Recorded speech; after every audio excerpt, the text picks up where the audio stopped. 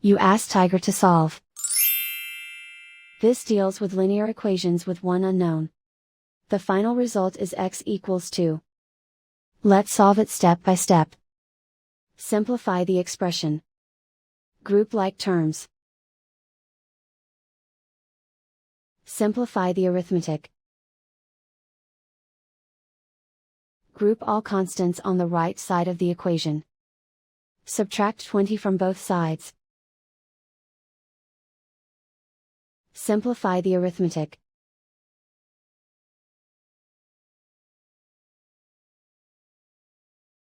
Isolate the x. Divide both sides by 2. Simplify the fraction. Find the greatest common factor of the numerator and denominator. Factor out and cancel the greatest common factor. And so the final result is x equals 2.